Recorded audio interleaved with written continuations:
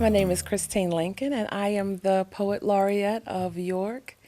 I am an artist activist. I use my writing to make a difference in the community. I'm connected with domestic violence shelters and the CPC, where I want to run a women's group, a women's writing group.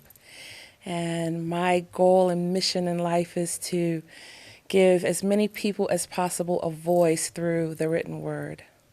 So I have to tell everyone about Zora Neale Hurston. Born on January 7th, 1891, in Notasulga, Alabama, writer Zora Neale Hurston created several acclaimed works of fiction, including the novel Their Eyes Are Watching God. She was also an outstanding folklorist and anthropologist who worked to record the stories and tales of many cultures, including her own African American heritage. Zora was the daughter of two former slaves and grew up living with an assortment of family members for the next few years. To support herself and finance her efforts to get an education, Hurston worked a variety of jobs while still studying Spanish, English, and Greek. In 1920, she earned an associate degree from Howard University.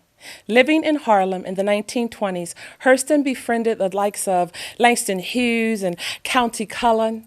Zora also landed a scholarship to Barnard College, where she studied anthropology and African American folk tales. She wrote several plays, short stories, and novels while studying everything from local voodoo practices in Haiti to family culture in Jamaica. In 1934, she also established a school of dramatic arts based on pure African American expression at Bethune-Cookman University. Zora struggled financially and personally during the end of her life.